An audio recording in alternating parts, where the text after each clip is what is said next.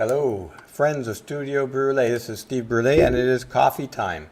A time where I go over some of the stuff that comes across my desk in the last few days. Today I'm going to start out with the things I didn't have time to touch on yesterday. So it's a continuation of the first days of darkness as they tighten the noose. And they are tightening the noose. The left are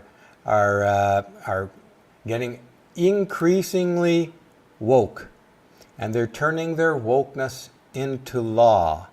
In the federal government of the US and around the world, you can expect other leftist regimes to follow in their footsteps. So with no further ado, let me get on to the first items today, and welcome, of course, everyone to the show. Let's talk about Bezos.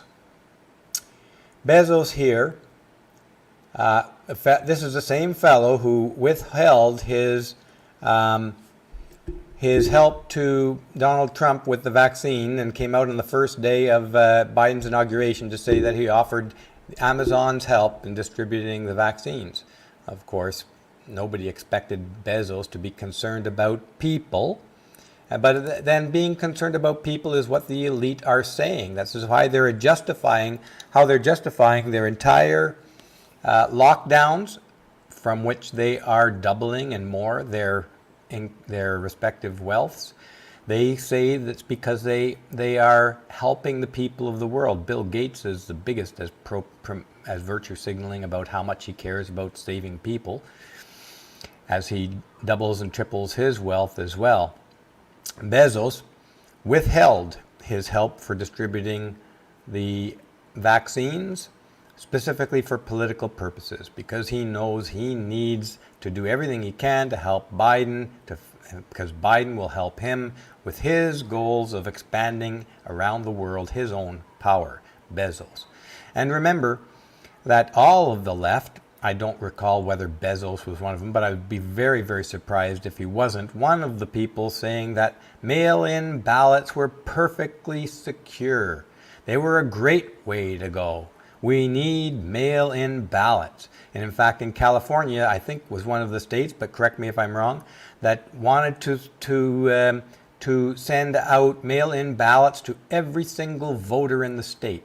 Now, it comes down to a vote on unionizing Amazon, and what does our friend Bezos say about that? Bezos, who owns Washington Post, by the way.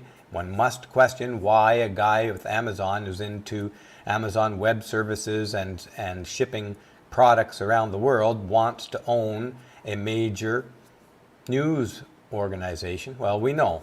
He's got his leftist agenda to promote. His leftist agenda is necessary for his expansion into ever more power around the world. But here he is, slams mail-in voting on January the 23rd. Can't have mail-in voting for a unionized vote, but you can have it for the most important vote in the world, the U.S. presidential election. And I say it's the most important vote in the world because the U.S. is, like it or not, the most powerful country in the world, and it sets the tone for what the rest of the world does.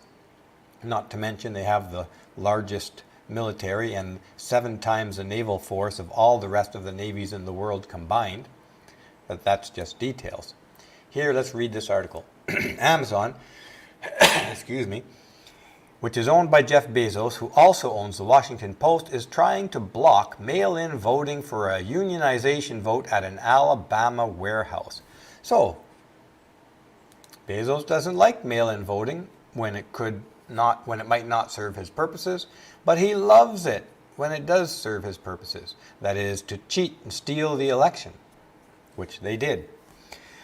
Reading from the top, the NLRB last week, I think that's like the national something, I can't remember what the thing is, I should have copped it. But anyway, somebody could Google that up. NLRB said last week that the approximately 6,000 employees at Amazon's Bessemer, Alabama facility would cast a vote by mail, noting the health risks from the pandemic, as they stated.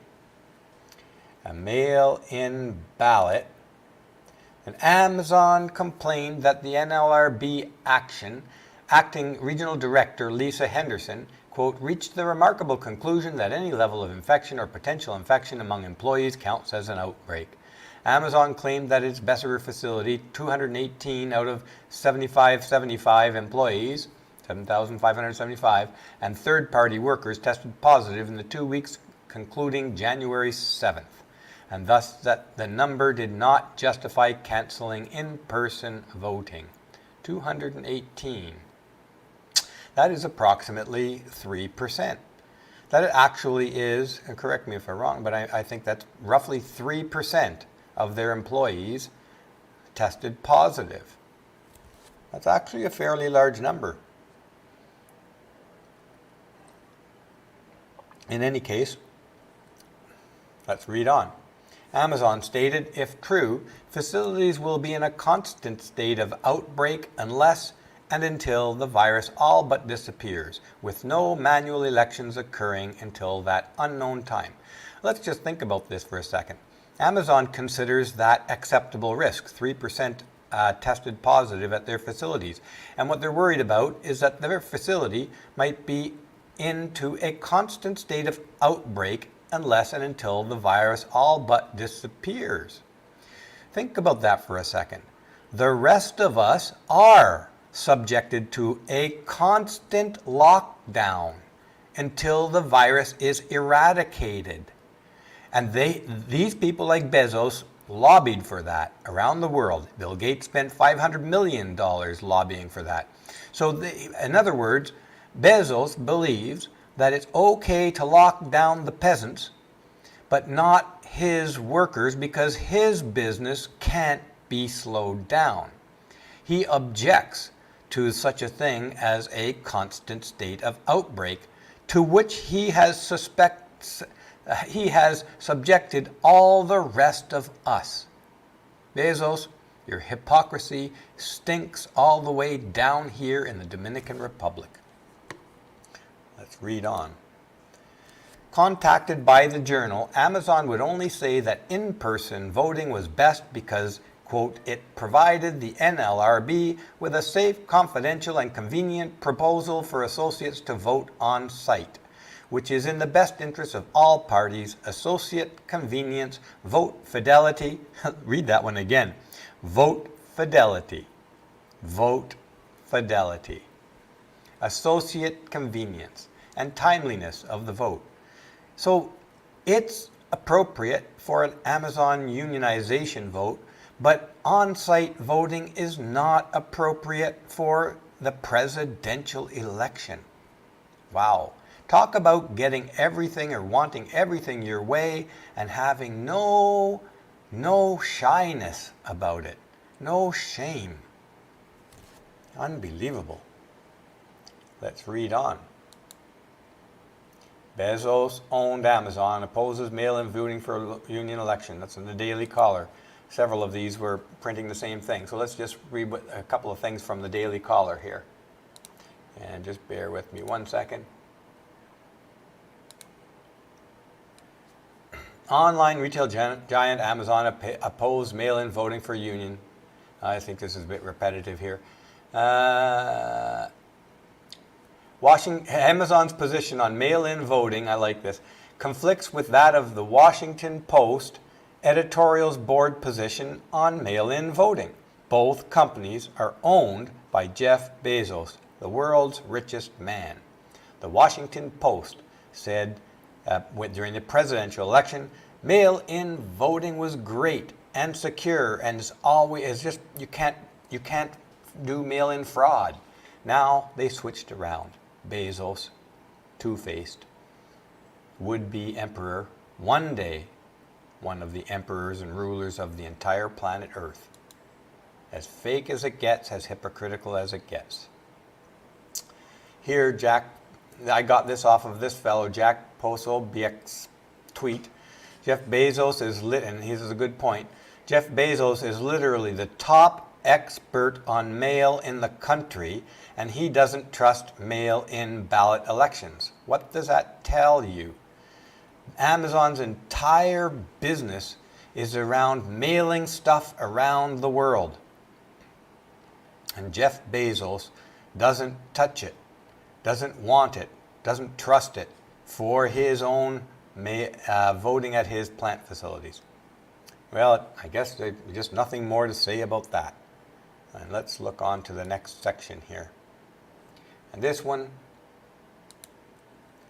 start with Rex Murphy. Rex Murphy, as anybody here knows, is one of my favorite writers. He is sharp, he is insightful, he is entertaining, and he always gets to the bottom of the issue. So what's Rex Murphy have to say about the Keystone XL pipeline cancellation, one of the first acts of the President of the U.S., which alone, I think, cancels 11,000 jobs, and in total, Biden destroyed, by most estimates, approximately 70,000 jobs in his first day or two on the job. 70,000 high-paid jobs in the U.S. That's what the Commander-in-Chief is doing right now. So let's read Rex Murphy. Were I an Albertan today, for those of you who don't know, the most of the Canadian, or possibly almost all the Canadian oil, there's some in the east coast of Canada, but the Canadian oil basically comes from northern Alberta and the tar sands and oil fields up in Alberta. Were I an Albertan today, I'd be asking, what's the point? I'd be asking, how long are we going to put up with being mauled and mocked and stymied and blocked by forces within Canada and without? Absolutely. And the Albertans, there is a movement for succession from Canada in Alberta. Reading from the top. Joe Biden didn't let the sun set on his first day as president before coming down like a ton of bricks on Alberta. Almost with his first breath, he smashed Keystone XL. Let's read onward. And Justin Trudeau didn't let 24 hours go by to assure that Mr. Biden he understood. Ever so kindly, he, quote, acknowledged the new president's decision to fulfill his election campaign promise on Keystone XL, the promise to kill it on the first day. Keystone XL is dead, along with God knows how many jobs in total. Reading from the top with me. Someone should quickly consider that what began and continued as an attack on jobs and the industry has escalated into something else entirely. It is an economic attack, yes, but now I see it more as an attack on the dignity of the province and its citizens. It is never wise and always dangerously heedless to strike at people's sense of worth. The reason Rex is saying this is that Albertans, the province of Alberta, where the Keystone XL pipeline originates, where the oil sands are, that provides an enormous portion of Alberta's wealth.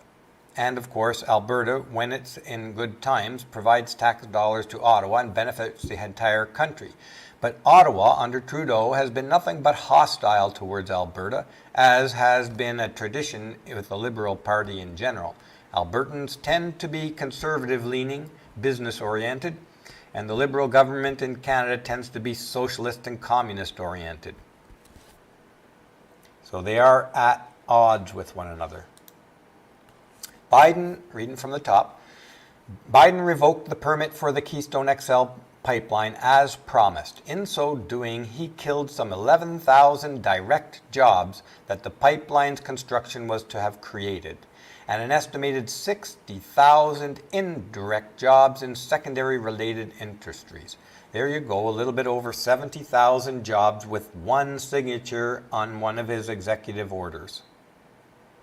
It's going to be interesting to see how much destruction Biden can do before he's out of office, if he lives very long. But if Kamala Harris gets in, it'll be even worse. Reading from the top with me. Biden also halted the construction of the border wall on the U.S.-Mexico boundary on Wednesday, while the projections for jobs there are somewhat unclear. One analysis by an opponent of the wall in 2017 estimated that the wall, if fully constructed, would create 10,500 jobs. So there we have it, over 80,000 jobs dead on your first day at work. I think that got to be some kind of record. And Troll with a Purpose says here, he killed 120,000 jobs in Texas too. If you don't mind, the details on that in the comments would be great. I'm not aware of the specifics of job losses in Texas. But let's continue on reading here from Rex Murphy. Moreover, on Thursday, the Biden administration announced that it had suspended oil and gas permits on federal land Wednesday. It is unclear how many jobs that will cost, but the outlook is not good. I think he's referring to fracking on federal lands. So yeah, Biden also banned fracking on federal lands. I think fracking on private land is still permitted, but I'm not sure on the details of that. I'm fairly sure that it's still permitted on private lands. But still, the ban on fracking also destroys jobs on federal lands. And here in Forbes is reporting, January 23rd, Biden's Keystone XL decision signals new normal for U.S. pipelines. And the people celebrating these decisions really aren't thinking this through. This is not going to stop the flow of oil. This is not, I have to repeat this, shutting down the pipeline is not going to stop the flow of oil. It will make the flow of oil a little more expensive because all of it will have to go by truck and train and possibly by boat. But I think most of the oil, certainly within the continent, goes by rail and by truck. So, those are both more risky to the environment than the pipeline is. But the pipeline seems to have got a bug in the bonnet for all these environmentalists. Doesn't help the environment. It actually makes the environment worse to shut down the pipelines. Pipelines are actually one of the safest, possibly the safest way to move oil around. There are no trucks on the highway carrying oil when it goes down a pipeline. There are no long railway cars filled with flammable goods going down the rail system, being filled, being emptied, being filled, being emptied. We had a huge derailing in, I forget the name of the town in Quebec, which resulted in an explosion, which then resulted in, sorry, I might have to plug something in here. There we go. Which then resulted, sorry, this is not charging, just bear with me 1 second.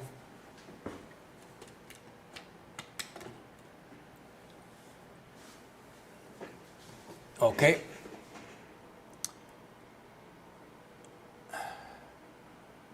So I'll just continue on this. I might lose this. Seems like this is not charging.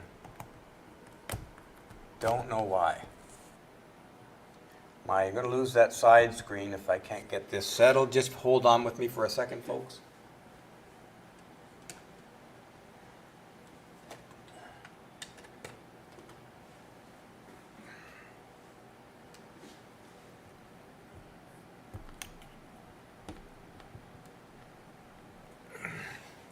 Well, we'll have to deal with it when it happens. I think we're going to lose that side screen on you. Now I've lost my mouse. Now my computer. Okay, having some technical problems here. Things are not running too well. I'm going to just cancel that screen off to the side and switch to another screen. And it seems to be up now. Well, let me run with this.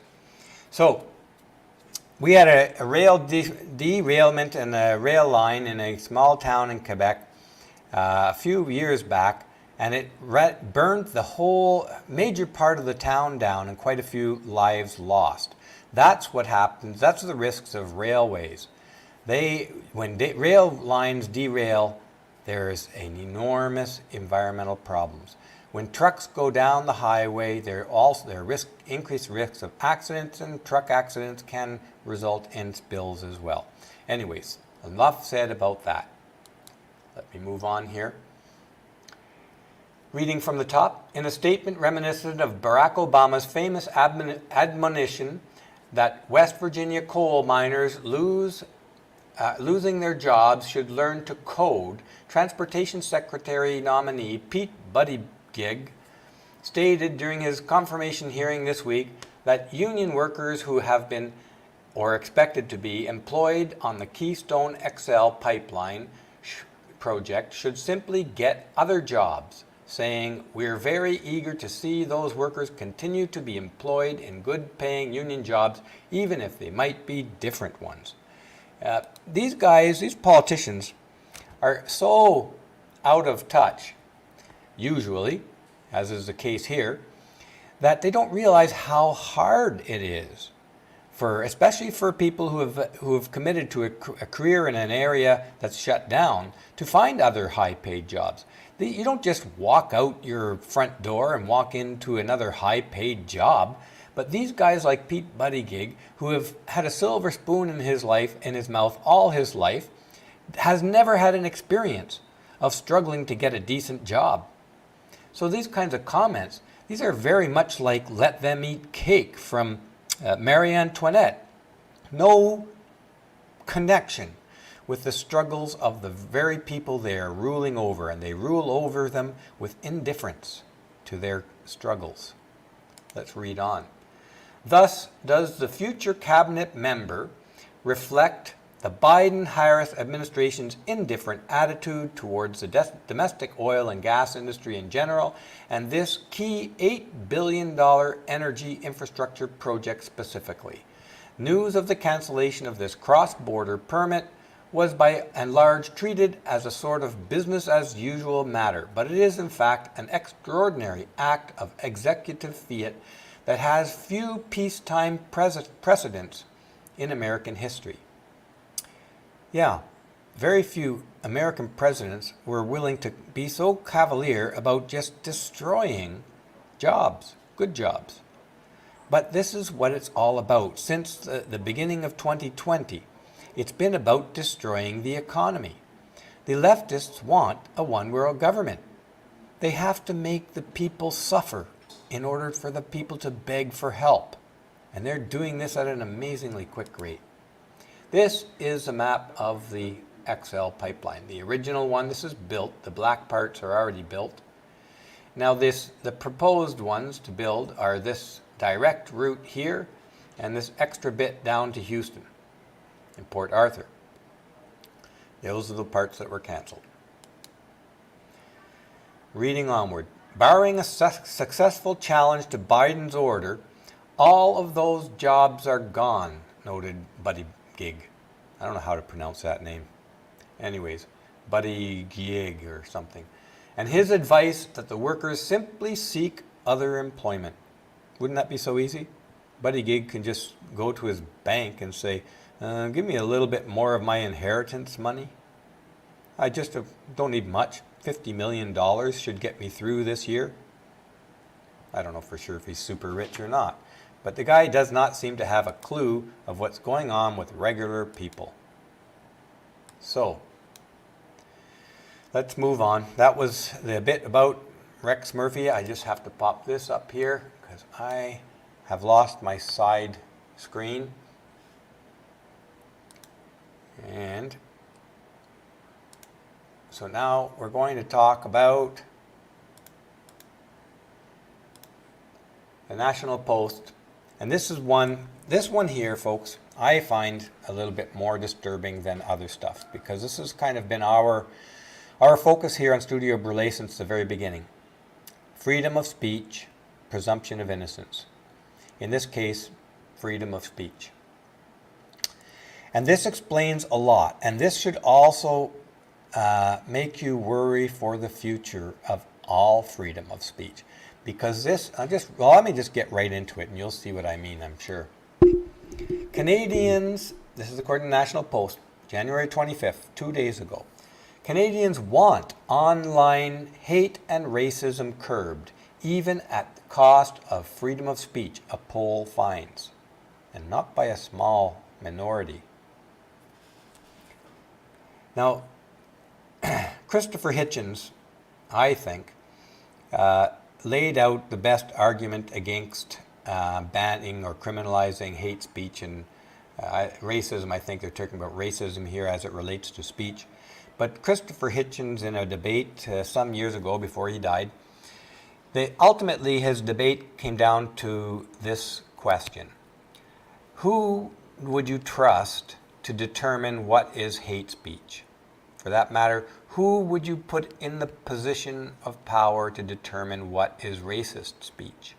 That's the ultimate problem. You put somebody in the position to determine what is hate speech and what is not, and all of a sudden you have a totalitarian power to deal with. Everything they don't like becomes hate speech or racism. Everything they like that helps push their goals forward becomes acceptable speech. This was dealt with by George Orwell, of course, in his book 1984, which the left are using as an instruction manual today. Reading from the top. By a 2-to-1 margin, respondents were more worried about online hate speech than they were about restrictions on freedom of speech and privacy protection. This is really, really worrisome. This does not portend well for the future in Canada. The people want their freedoms taken away. I've mentioned this months ago. The people, especially in Canada, but Americans are heading in that same direction, and so are citizens of most of the first world. We have all taken our freedoms for granted. None of us alive today had to fight or see people fight and die for freedoms. We take it for granted. We had it at birth. I had it at birth. Everybody, pretty much everybody alive, unless, well, there's a few survivors of World War II. You could say they fought for your freedoms, not necessarily freedom of speech, but freedom of speech and presumption of innocence. These are hard-won rights.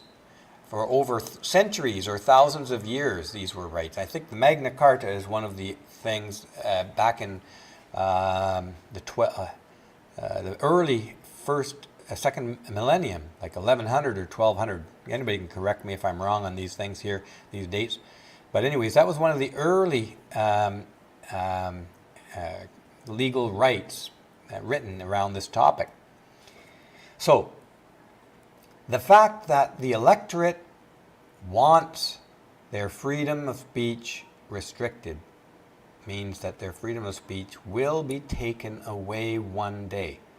These people will vote for politicians who promise to take away your freedoms. It won't stop with freedom of speech. There will be another freedom that will have to be restricted for safety reasons again. Safety is the common theme. It is the plea that tyrants use to take away your freedoms. And the sad part, this makes me sadder than the tyrants. If the people weren't so gullible and ignorant on this topic, if the people had a spine and a backbone and understood that freedom of speech is one of the cornerstones of all of your freedoms, if the people would fight to maintain their freedom of speech, we would be safe from all these tyrants. The tyrants couldn't do anything. They can't do anything to a majority of millions and millions and millions of people. But the problem is, the mentality of the electorate has been programmed since the 1980s and possibly before, when the feminists, the Marxist feminists, took over the education system from kindergarten through to university. They've taught these kids that stuff like hate speech and racist speech is more dangerous, or is so dangerous that we should eliminate your freedoms so that you don't hear these things. They weren't taught to rebut hate speech. They weren't taught to think for themselves and rebut and reject racist speech. They weren't taught to have a spine and stand up to people whose speech they disagree with or debate them. They were taught to fight to have speech prohibited. That's why they vote like this today in polls. That's why they will vote for tyrants that are going to vote, that are going to run for election on the basis that they will remove your freedoms. They will vote for it.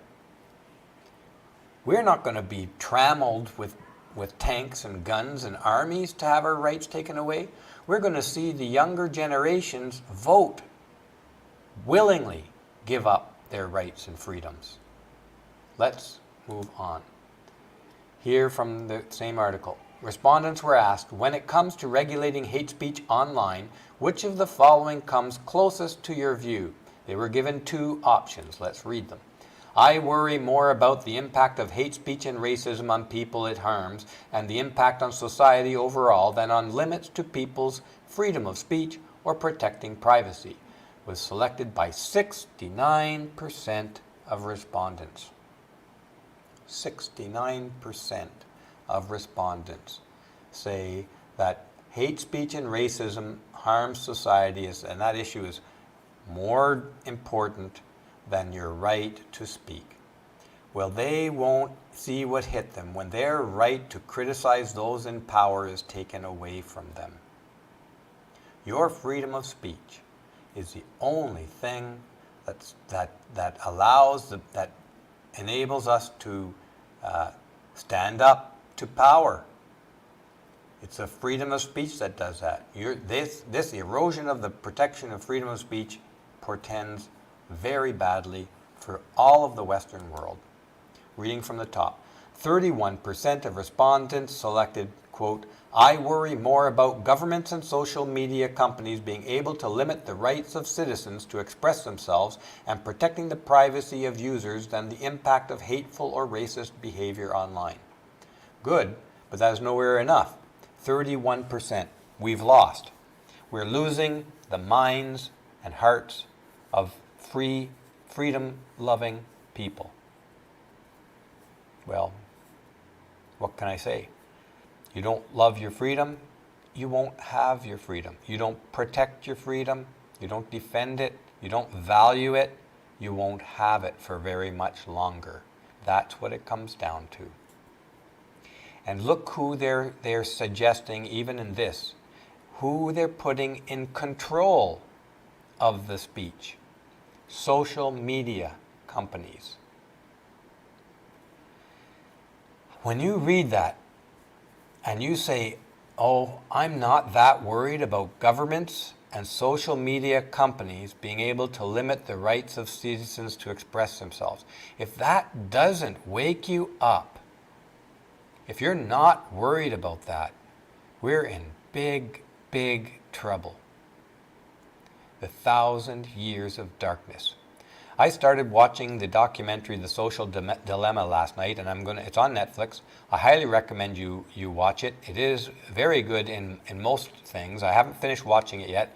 Maybe have a few quibbles with what they're suggesting. But overall, The Social Dilemma talks about this. The social media's total control of how you think and act in your life. They are changing subtly over years and years how you think. They're changing who you are through the use of social media. There was a study by a professor, I forget which university, some last year or a couple of years ago. He demonstrated in his statistical analysis that Google searches alone, we're not even talking about Facebook and Twitter and all the rest of these leftist organizations, they alone swung 10 million votes to Hillary in 2016. And they're just getting started. They are analyzing with artificial intelligence all of your social media contents, everything you do online. And they are swinging your way of thinking around. And that's, again, one of the reasons why we're seeing this survey results. People are ready to give up their right to freedom of speech in order to protect from this nebulous idea of hate speech and racist speech. Look, when I grew up, and anybody of my age knows this, all speech went all the time in our neighborhoods. And we fought about it, mostly not with fists. Some probably did. I wasn't a fist-fighting kind of guy. We argued. We got angry. We got upset. We didn't die. We got stronger for the struggle. These people don't even want to have to face the struggle. It is that struggle that educates you. You struggle when you hear hate speech. You struggle internally when you say, what does this do? What is this about? Who is that person what is he all about? Each person faced with those struggles in a social conversation is going to come up with their own ideas. It's going to strengthen your ideas. It strengthens your ability to rebut those ideas. But the people today, the young people today, they don't want to have to face that struggle. They want to be told, they want their world to be surrounded with cotton candy and Walt Disney characters. It does not bode well for our future. They want a socialist, dominating, totalitarian government to protect them on all sides. And the only place you're protected on all sides is a fortified prison with guards outside making sure you don't get out. Read onward here. The idea of government intervention was rejected by 8% of the left, 15% of the center, and 38% of the right. The right are the group of people who used to be against governmental intervention. But 62% in Canada of people on the right, of conservative thinkers, people who should be defending, normally would be defending your freedom of speech, 62% of them want government intervention. Guess what we're going to get, folks? When those kinds of attitudes are out there, the only politicians and political parties that will win re-election will be giving them what they want, which means safety from hearing bad words, safety from struggling with difficult ideas like racism and hate speech. They don't want to have to deal with it. They want to be protected. They want to be safe. Therefore, their freedoms will be taken away. There is no way of avoiding that. Read from the top. Mohammed Hashim, Executive Director of the Canadian Race Relations Foundation. Quote, "The fact that most Canadians see this as a problem is all the more reason why our government needs to make online hate speech regulation a policy priority." Didn't take them more than a few days to start. They're going to be lobbying for more restrictions to your freedom of speech. This is the rise of the totalitarian left. We're seeing it day by day right around the Western world. Now let's switch gears over here to the Great Reset, folks. This is another leftist agenda. It used to be, people were calling us conspiracy theorists for talking about it not long ago. But now they're right in the open. They themselves are using the Great Reset. Some people are using Build Back Better, like I think Biden is doing that. But it's the Great Reset. It's the same people and the same goal. And they were meeting. They're meeting this week. So this is just a couple of updates from this meeting. It's an online meeting. They didn't actually go to meet together in person. So they're here on your, this side here. This is Chrystia Freeland. She is the Deputy Prime Minister of Canada, and she is also the Finance Minister of Canada. Chrystia Freeland was a journalist, a friend of Trudeau, and she has had a high-speed escalator to the top of power in Canada thanks to the fact that she wears a dress. Probably also to the fact that what's under her dress. But that's what Trudeau saw as a credential for making her Finance Minister and Deputy Prime Minister. The other woman here is Patty Hajdu. Patty Hajdu is Canada's health minister. You would think Patty Hajdu might be a doctor. No, you'd be quite wrong. She was a graphic designer. She was making pictures on a computer. But again, she caught the attention of our drama teacher-in-chief, Mr. Trudeau, and she was made health minister. I think, from my view, what the similarities between these two women is really that Trudeau can control them. Trudeau is a dictator.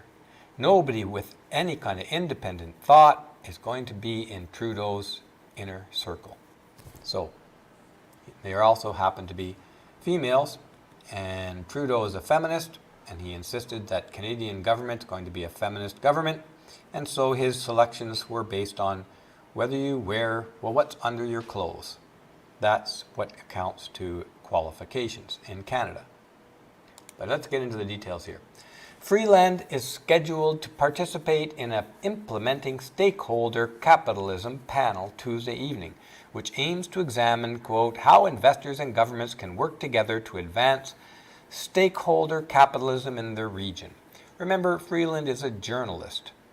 She's the Finance Minister of Canada, so I guess being that qualifies her to talk on this topic. I don't think they know what stakeholder capitalism is. They're making these things up as they go around. But ultimately, you can bet that coming from the World Economic Forum, stakeholder capitalism is going to mean the strings are pulled by the wealthiest elites in the world. That's what stakeholder capitalism is going to mean. Reading from the top. Health Minister Patty Hajdu will be speaking on Thursday afternoon's, quote, Restoring Cross-Border Mobility panel, which looks at the, quote, policies, practices, and partnerships needed to reopen borders and enable essential travel in a safe and sustainable way. Remember, the borders and the travel are shut down by their orders, lockdowns of questionable necessity. But when they say here, this is the important part, needed to reopen borders and enable essential travel. Not elective travel, not anything fun, not visiting your families and relatives, not going on vacation, not going to understand and see the world. No, that means going to work. They are still not thinking in terms of freedom and liberty of people. They are thinking in terms of continued lockdowns and allowed you out of your cell so that you can go to work and go directly back to your cell. Essential travel. There's that word safe again. Safe. Safety to me is becoming a four-letter word. Safe is a four-letter word, and it's being used to justify elimination of every and any freedom. They're very smart, tricky people. Reading from the top. The World Economic Forum's Great Reset argues the world must adopt a new form of capitalism as it rebuilds from the economic devastation caused by the COVID-19 pandemic. And this is one of my pet peeves again, folks. One of my pet peeves, as you guys know here. The COVID-19 pandemic did not cause $1 of economic devastation. But they keep pounding that at us. We have to resist accepting that. We have to resist the idea. But these people are very smart. They know that repetition wins. You repeat something long enough, the overwhelming majority of people will believe what they heard. I have to repeat it every time I say this. COVID-19 pandemic didn't cause any economic loss. The elite order, the order from the elites, from the leaders, from the people with power in the world to lock down people, to remove your freedoms in the name of safety, that caused all of the economic devastation. The decision of the people in power, the elite, who have ulterior motives caused all of the economic devastation. This is not caused by COVID-19. This is not self-inflicted damage by the people suffering. This is a decision to destroy your life made by the elites. Now, at no point in any of the readings of this stuff that I've come across has anybody described what this new form of capitalism means. And I suspect that it's going to have very little resemblance to capitalism. This is going to be economic control by the elites in their one world government. They're using the term capitalism here to keep the voices of criticism a little bit quiet, when they really mean socialist, communist control of the economy. But the people with the strings and all of the power are going to be the people in Bezos and Gates and George Soros' circle. It's not capitalism. It's control by the most wealthy people in the world. They no longer want capitalism. They want absolute power. Capitalism is of no use to them anymore. They're beyond capitalism. It's a hindrance. A normal continued form of capitalism will only open them up to risk from other competitors climbing up the ladder.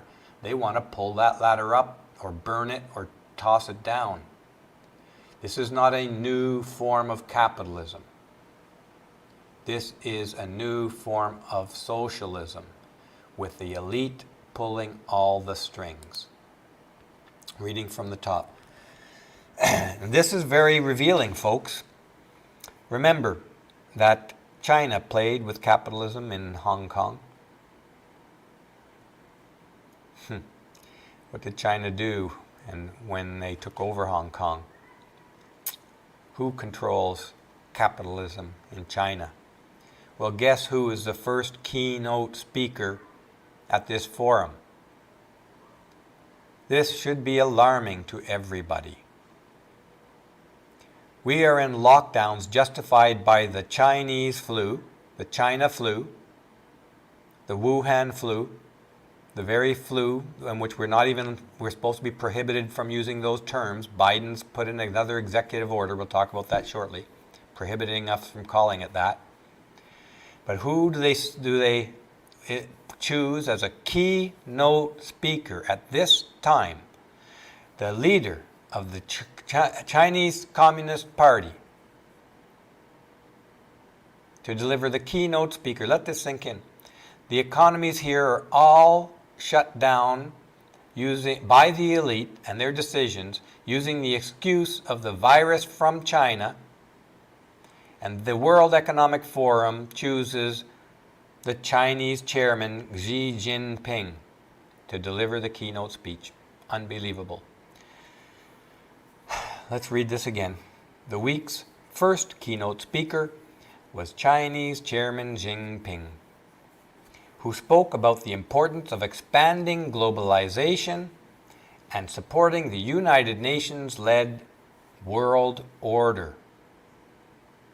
The United Nations-led world order is the future of the world government. He's talking about the importance of expanding globalization because that does serve all of their elites. That's what I all want. That's what one world government is about. That's why Biden was, why all of those people helped to steal the election for Biden and put him in place, so that they can tear down the U.S. borders and any resistance to this within the U.S. Expanding globalization and supporting the United Nations-led world order. That really should read New World Order, because that's what it is. This is the one world government. And the World Economic Forum is putting Xi Jinping in a leader speaking position. The very guy whose country released the virus that was used as an excuse to destroy the middle class. And get this, okay? We have to remember too that Expanding globalization. The World Economic Forum came straight out and said that the best way to provide all goods and services around the entire world was either through government or multinational corporations, global corporations. They had decided that we're not going to put any assistance to rebuilding small businesses because small businesses do not have a role to play in the Great Reset. We really have to get these things sink in, folks. This is not, I will be called a conspiracy theorist, and I take that badge of honor. But this isn't even a conspiracy. This is their own plans publicly stated and pursued right in front of our eyes. And yet, for pointing it out in those same words, just like the Canadian politician who did recently about the internment camps in Canada, the COVID-19 internment camps, he was called a conspiracy theorist by Trudeau for almost repeating Trudeau's very words. This is so Orwellian, I don't even know what else to say. Let's read from the top.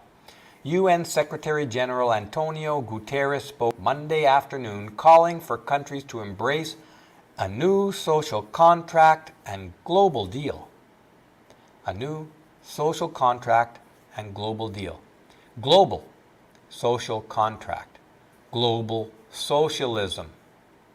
I've been beating on this for a long time. But they're not even hiding it anymore now that Biden is in power. They're not even hiding it. Plus, a form of multilateralism that goes beyond existing international organizations. Folks, they're describing it exactly, a one world government. They're just not using the word one world government. Isn't this incredible? And you know what? The saddest part of this is that the citizens, the regular citizens, voting citizens of Canada and the US, they're going to applaud this. They're going to applaud it for 10 or 20 years, one generation, and slowly but surely, they're going to realize that they've all been turned into work slaves. Here's Xi Jinping, Chinese politician who served as General Secretary of China's Party. He's now chairman the Central Military Commission, President of the People's Republic of China. The most powerful person in China. And he's the keynote speaker at the World Economic Forum. There's no words that you can put around this. And here's the Wall Street Journal opinion. Xi Jinping wows them at Davos. Chinese President sweet talks liberal leaders as he threatens Taiwan. And that's a good point. They're flying warships over Taiwan at the same time as making these appeals to the sweetness of globalism and the new forms of capitalism and the global deals. Read from the top with me here. Chinese President Xi Jinping knows his audience. In his Monday address, of course he knows his audience. He travels among those elite circles. There's no surprises about that among the elite, and there's no surprise for him there. They know what they're doing. Knows his audience. In his Monday address to the World Economic Forum, the annual meeting of global luminaries in Davos, this is normally in Davos. I think, yeah, for this year coming up, it's in Singapore, as Michael points out there. But that's, I think that one is, at this point, might be a in-person meeting. But this one that's going on right now is an online meeting, as far as I understood. So let's read on here. Mr. Xi sounded like a liberal internationalist in good standing. He pulled out all the buzzwords that make Davosians swoon: inclusive growth, green development, global governance, and consensus building. They're going to use all those words just like Biden used all those words. He'll do anything to get elected and to get the deal signed, sealed, delivered before you know what's really going on. Let's read on here. Okay. And here we have it at the same time. Biden signs executive order to ban the term China virus.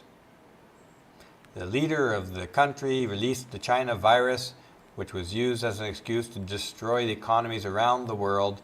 Now we're not allowed to call it the China virus in the U.S. Does Biden work for Xi Jinping? Sure starting to look like it. Here, let's have a look at this. What you need to know about the coronavirus variants. And I bring this up because we're not allowed to call the COVID-19 the China virus or the Wuhan virus. This is now prohibited by executive order.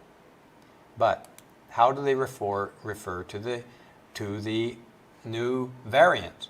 Viruses are always mutating and taking on new forms. The coronavirus has thousands of variants that have been identified, but several, including the UK, South African, and Brazil variants. Perfectly okay to lay the name of the UK, South Africa, and Brazil as culpable in their variants for the very same virus, but not China. Not China. Not in the US. You can't say China virus in the US. You can say UK virus, South African virus, Brazilian virus, but not China virus. Let's read this. What is the Brazilian virus? Here it is, and there's another thing here. Sequence of studies, mainly in Rio as early as July. It's the Brazilian variant, in bold letters at the top. The UK variant, in bold letters at the top. The South African variant, in bold letters at the top. Google the UK variant and you come up with BBC News using UK variants. The Wall Street Journal using UK coronavirus. Sandy, I don't remember somebody's Tribune newspaper, UK variant. 10 hours ago. All of this is happening right now, but never do you see Wuhan virus or China virus. Here, from this fellow's reporting, first U.S. case of highly transmissible Brazil coronavirus in Minnesota. So you can say those things. Nobody on the left is saying you can't. COVID, how worrying are the UK? Just Google it here. How worrying are the UK, South Africa, Brazil coronavirus variants 2 days ago. 10 hours ago, COVID-19 live update, New York Times. First case of Brazil-based virus found in the US. New York Magazine. What to know about the Brazil COVID-19 strain. It's just like the left's view of what is hate speech and what is sexist and what is equity or what is racism. You're allowed to spew any kind of hatred and racism against white people, especially white men. But it's not racism if it's against white men or white people. It's only racism if it's against the protected groups. And the US is going down the same road now as Canada did in 1982 under Pierre Trudeau, our current ruling tyrant's father in Canada, who created the Charter of Rights and Freedoms in Canada, and they specified all the protected groups but one. One is especially left out, white males. Most people outside of Canada and most people in Canada don't realize this today, but it is perfectly legal to discriminate against white males in Canada. There's no law against it, and it's been done. So, same with here with the virus. You can't say Wuhan virus, you can't say China virus, but any other country or location right now you can. And here it is. Independent World says 22 hours ago, Biden expected to ban the term China virus in crackdown on COVID racism. COVID racism. Well, that's really strange. I didn't know you could be racist against a virus. But obviously they think that there's some kind of big racism happening against China right now. Time to stop using the term Wuhan virus, says BMJ.com. Coronavirus. Trump grilled on use of the term Chinese virus. Type in the term China virus, and what do you get in Google? You don't get anybody, not one news organization, not a blog, nothing that referring to it as China virus or Wuhan virus, but you get stuff like this. Biden expected to ban the term China virus and crack down on COVID racism. At this BMJ place, this is back in 2020 in this second headline. Time to stop the use of Wuhan virus, China virus, or Chinese virus. That's what you get. You don't see them using them. You haven't seen them for a while, but which one are we going to put an executive order to ban? The one that nobody's using. All the rest of them, UK virus, the South Africa virus, the Brazil virus, you can just continue on to your heart's delight. But China is our big brother. You can't criticize China, says Biden. Biden is China's puppet. His role is to hand things over to the globalists. That is Biden's role, and that's why so much effort went into stealing the election for him. Rebel News says here, and this is just as disturbing as the previous stuff we've talked about. I don't have a whole lot more to talk about here, but let's get through this last bit. Rebel News is reporting hundreds of publishing industry professionals, including some university professors, have signed an open letter calling on the industry to refuse to publish books from anyone affiliated with the former President Donald Trump's administration. This is the incredible overstretch of power, the rise of totalitarianism in the left. Doesn't matter what your book is about. You could be about daisies and how to make daisy wine. But if you were associated to President Trump, these people, these are industry professionals, university professors, are calling on the industry to not publish you. This is the world we're heading into, folks. This is why I call it the 1,000 years of darkness. These people are in the positions of control and power in our culture. And more of them are getting into those positions every year. With Biden in the White House, there is no serious resistance to the rise of these totalitarian tyrants on the left. Let's read from the top some of Biden's executive actions just signed. Direct the Department of Housing and Urban Development to take steps necessary to redress racial discriminatory federal housing policies. Now, does anybody out there, you notice that they don't identify one policy, not one. I've never come across any article that says these are the discriminatory policies. In fact, these things were banned in the 1960s. I believe the last of them were written out of the laws in the 1960s. So tell me, what racially discriminatory federal housing policies are there? There aren't any. The entire point of that executive action is to give the public the impression that this institutionalized racism exists when it doesn't. It doesn't exist. This is smoke and mirrors. The end result is that millions upon millions, probably the overwhelming majority of Americans, will hear that this was signed and they'll think, yeah, the only thing in thought in their mind was thank God we're going to get rid of those racially discriminatory federal housing policies. Not one of those people believing this will have any idea what policy they're getting rid of, because they aren't going to get rid of any. They just aren't there. Your second point here, direct the Department of Justice to end its use of private prisons. This one, actually, I agree with. Private prisons are an abomination.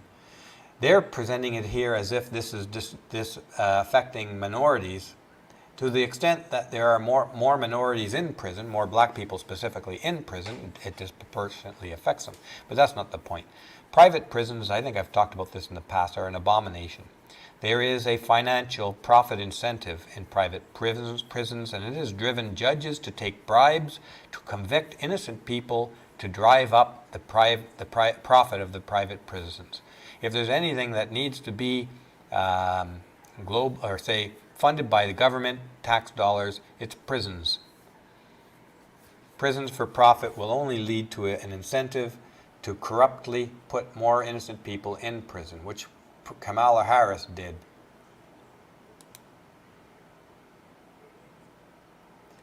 Now, next one. Reaffirm the federal government's commitment to tribal sovereignty and consultation. Well, you can sum it all up with reaffirm. This is just virtue signaling by Biden. Reaffirm the federal government. He's basically saying the government's got a commitment to tribal sovereignty and consultation, so we're just going to remind people by reaffirming that we're going to do what we always have done. Thank you, Biden. What else are you going to reaffirm for us? You're going to reaffirm that you're going to take our tax dollars next year. You're going to reaffirm that there'll be money for roads. You're going to reaffirm that, I mean, the list goes on. This is pure virtual signaling. Next one. Combat xenophobia against Asian American and Pacific Islanders. Honestly, if there was that much xenophobia in the U.S. against Asians and Pacific Islanders, Asian Americans and Pacific Islanders, the media would have been all over it every day, all day. So I'm very suspect that this is anything but a minor issue, and an issue that's probably been there in a minor way forever, because people are racist at times. There's always going to be racism amongst us. And I contend that dealing with it amongst ourselves is the best way to strengthen ourselves about it. Racism is already illegal, but maybe there's a reason I'm not familiar with. Feel free to write in the comments there. Let's read this. Hate crimes against Asian Americans rose along with the spread of coronavirus which emerged from China. Did it? Why was it never reported on? I didn't see any stuff on this. Former President Donald Trump routinely referred to it as the China virus. Okay, so I guess there's going to be hate crimes against people from the UK, from Brazilians, and people from South Africa now, but that's okay. They're not from China. They're not going to raise the anger of your friend, the Chinese president. I don't know. Maybe not. Okay, so I have one topic left to talk about here today. And I don't have a lot to say about it, but this is an important issue, and I suspect you guys are already aware of this, but it warrants talking about before we sign off. Biden rescinds 1776 commission via executive order. This, like the poll in Canada, is a very worrying sign. This came out January 21st, this article, on CNN. Now keep in mind, this is CNN reporting this. So you know we're dealing with an extraordinary high degree of bias coming from CNN. Let's read this paragraph from the top. President Joe Biden on Wednesday issued an executive order to dissolve the 1776 Commission. A panel stood up by President Donald Trump as a rebuttal to schools applying a more accurate history curriculum around slavery in the U.S., Biden's transition team announced Wednesday. Well, no, the schools were applying lies about the history of slavery. Outright, provable, demonstrable lies about the history of slavery.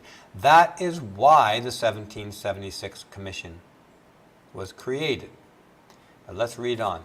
The commission had been formed as an apparent counter to the New York Times 1619 project, and CNN is going to pat them on the back here, a Pulitzer Prize-winning project aimed at teaching American students about slavery that Trump, speaking last fall, had called toxic propaganda, and it is.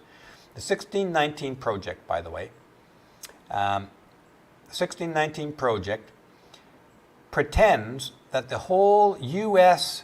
project, United States of America project, was around protecting and promoting the institution of slavery. Nothing. That is nothing but lies.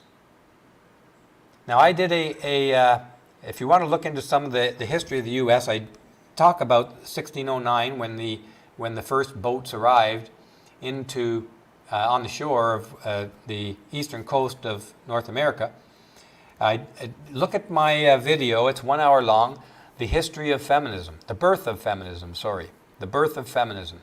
And you'll see just what life was like there. There's lots of other material out there, but I condense this fairly down quite a ways in the lead up to explaining why feminism came about in 1848 in Seneca Falls, New York. The history from 1609, and I start loosely back in the Roman times, explaining or looking into the claims made by the feminists. But the 1619 Project, there was nothing. In fact, the first slaves in the U.S. were white men taken off the street of London, England. This is known history. This is known history. The first true slaves of the U.S. were taken off the streets of London against their will and shipped here in boats to die, usually within months or years of landing on the coast here. But there's no talk about that. The history of slavery in the U.S. is the biggest political football used today by the left.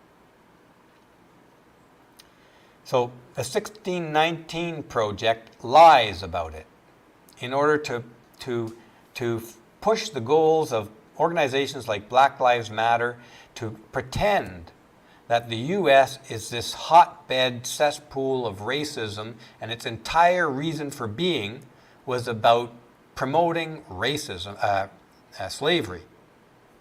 But in any case, I get a little off track here. Let's read the next bit here. The announcement comes just 2 days after the commission issued an inflammatory report on Martin Luther King Day and just hours before Biden will take over from Trump, whose time in office was marked by racist statements and actions. What more abject lies coming from CNN? But remind yourself, folks, the Democrat Party of the U.S. is the feminist party of the U.S.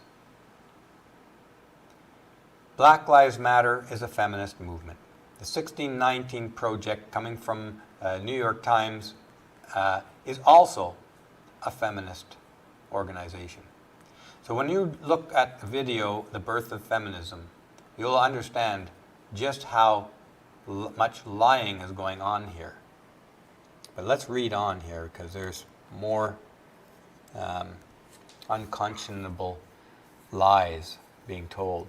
In its report released Monday, the Commission asserted that, quote, the civil rights movement was almost immediately turned, this is not lies, this is true, was almost immediately turned into programs that ran counter to the lofty ideals of the founders, specifically criticizing affirmative action policies and arguing that identity politics are, quote, the opposite of King's hope that his children would live in a nation where they will not be judged by the color of their skin, by the content of their character. That's exactly true. Identity politics is identifying people by the color of their skin. That's what identity politics is. But these people are writing this stuff and printing it in CNN, and the majority of the public are going to eat this up and think that the 1776 Project is evil and the 1619 Project is the truth. They've flipped it. Identity politics exactly is racism.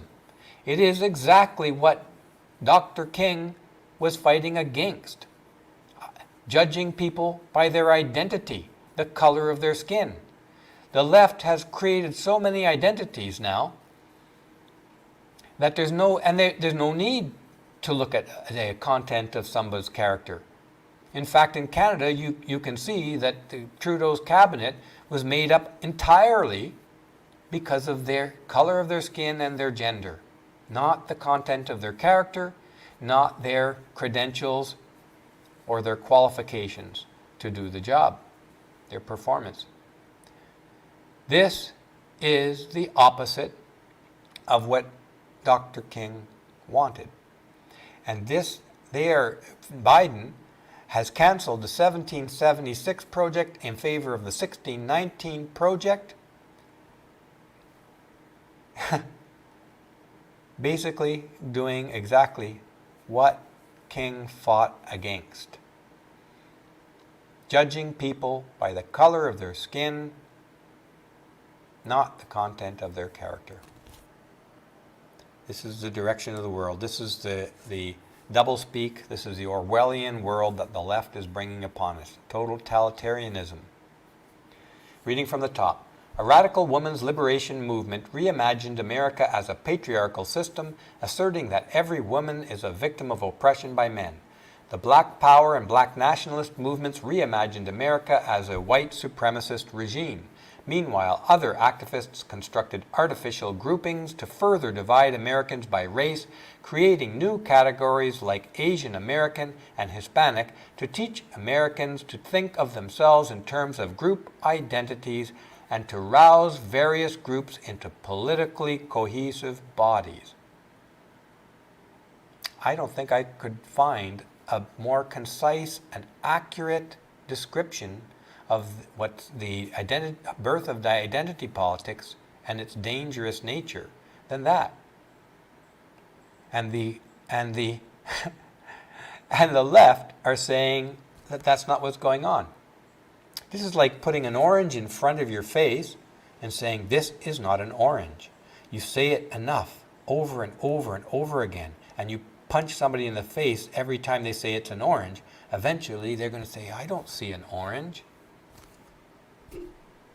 This is exactly what Dr. King fought against. The left have brought it in stronger than it's ever been in the history of the U.S., only with lots and lots of more identity groups, judging people by the color of their skin and their gender. That is the feminist, far leftist, Marxist, socialist norm. That's the world they're bringing to us today. So folks, that's all I have for today. Thank you so much for joining me here at Studio Brûlé. Do join me again. I'll be back on this week. I'm not sure what topics yet because new topics come up, new disturbing developments come up every hour of every day now that the feminist party of the U.S., the Democrats, Biden, have gotten into power and that they're accelerating their agenda to globalize the world under the power of the elites. New stuff is coming up every day. I do despair for the future of freedoms for humanity. I say the whole world because this is the direction of the whole world. Thanks again, folks. Like I remind everybody at the end of every show, do something you love today and every day. If you don't have something you love to do, find something you love to do. This is your day, this is your life. No matter how the world goes, the politics goes, stuff goes around you, spend time every day doing something you love. So, hope to see you again soon.